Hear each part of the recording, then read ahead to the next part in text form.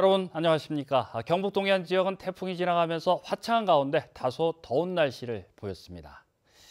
아침 최저 기온은 14에서 17도의 분포를 보였고 낮 최고 기온은 경주 27.1도, 포항 26.3도 등 24에서 27도까지 올랐습니다. 내일도 대체로 맑은 가운데 아침 기온은 10에서 13도, 낮 최고 기온은 20에서 22도로 오늘에 비해 4도가량 낮겠습니다. 바다의 물결은 점차 낮아져 최고 2.5m까지 일겠습니다. 태풍 콩레이로 인해 가장 큰 피해를 입은 곳은 뜻밖에도 영덕군이었습니다. 태풍 세력이 약해진 데다 소식에 안심하고 있다가 저지대 시장과 주택가에 갑자기 2m 높이의 물이 차면서 시장 상인과 주민들은 간신히 몸만 빠져나왔습니다. 쑥대밭으로 변한 피해 현장 김철승 기자가 다시 전해드리겠습니다. 인근 하천이 범람하면서 경북 영덕의 전통시장이 순식간에 물바다가 됐습니다.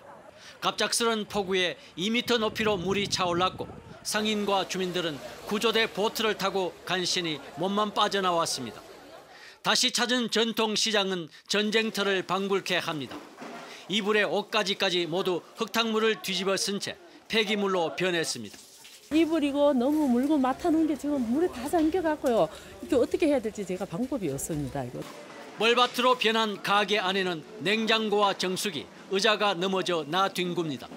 물이 여기서 이만큼 찼는데 완전 7년 동안 장사해도 처음이고 안에는 지금 엉망초토화됐습니다. 대형 슈퍼마켓도 아예 못 쓰게 된 물건이 부지기수입니다. 물막이 역할을 하던 인근 학교 담장이 무너지면서 순식간에 침수된 것입니다. 담벼락이 터지면서 순식간에 확 밀어닥쳐 보니까 여기 지금 보시다시피 냉장고들이 떠내려갈 정도로. 바다로 떠내려간 어선 15척은 대부분 인근 해안가에서 발견됐지만 아직도 몇 척은 흔적을 찾지 못하고 있습니다. 영덕군에서 발생한 이재민만 500여 명의 침수주택은 1,100여 채, 집계 중인 상가까지 더하면 피해는 더 늘어날 전망입니다. MBC 뉴스 김철승입니다. 오늘 오전 1시쯤 경주시 양북면 장항리 4번 국도 장항교차로 주변에서 옹벽이 무너지고 일부 도로가 위로 솟아올랐습니다. 이 사고로 이 일대 도로 통행이 전면 통제됐습니다. 경주시는 태풍의 영향으로 지면 등에 이상이 생기면서 옹벽이 붕괴한 것으로 추정하고 전문가 조사를 거쳐 응급 복구할 예정입니다. 태풍 콩레이로 영덕군 강구면과 축산면에 큰 피해를 입은 것은 저지대 영향이 큰 것으로 분석됐습니다. 경상북도에 따르면 도내에선 이번 태풍으로 영덕에서 1명이 숨지고 포항에서 1명이 실종된 가운데 건물 1,200여 채가 침수된 것으로 잠정 집계됐습니다. 이 가운데 포항 21채를 빼면 나머지는 영덕군 축산면과 강구면, 영덕읍에서 발생했는데 이 지역은 도로나 하천, 둑보다 지대가 낮은 곳이 많기 때문으로 분석됩니다. 김부겸 행정안전부 장관이 오늘 태풍 콩레이로 큰 피해를 본 영덕을 찾아 피해 주민들을 위로하고 복구에 힘을 보탰습니다.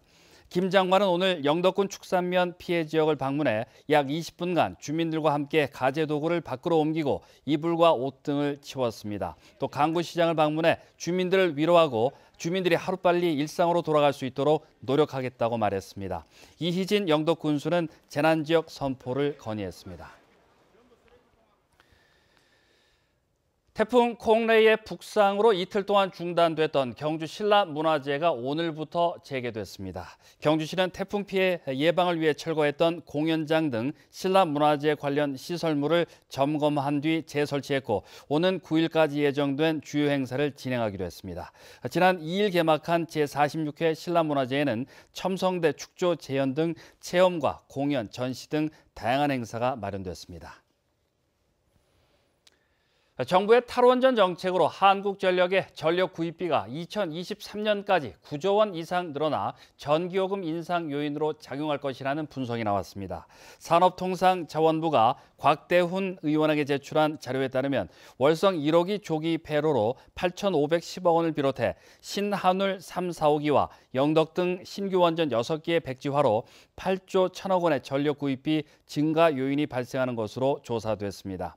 산업부는 4차 전력수급 기본계획 당시 발표한 2030년까지 전기요금 10.9% 인상분에 이미 반영이 돼서 추가 인상 요인은 없다고 밝혔지만 곽 의원은 연료비를 지난해 수준에 고정시키는 등 보수적으로 추정한 것이라며 전기요금 변동 없는 에너지 전환을 고민해야 한다고 강조했습니다.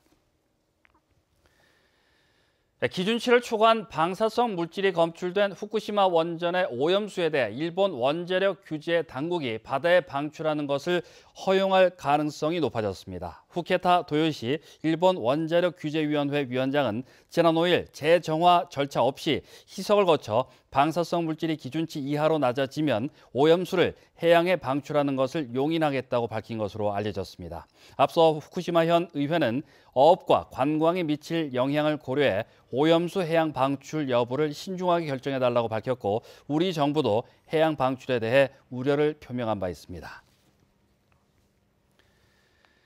국민 10명 중 8명은 고령화 현상을 심각하게 생각하고 사회 적잖은 영향을 끼친다고 생각하는 것으로 나타났습니다.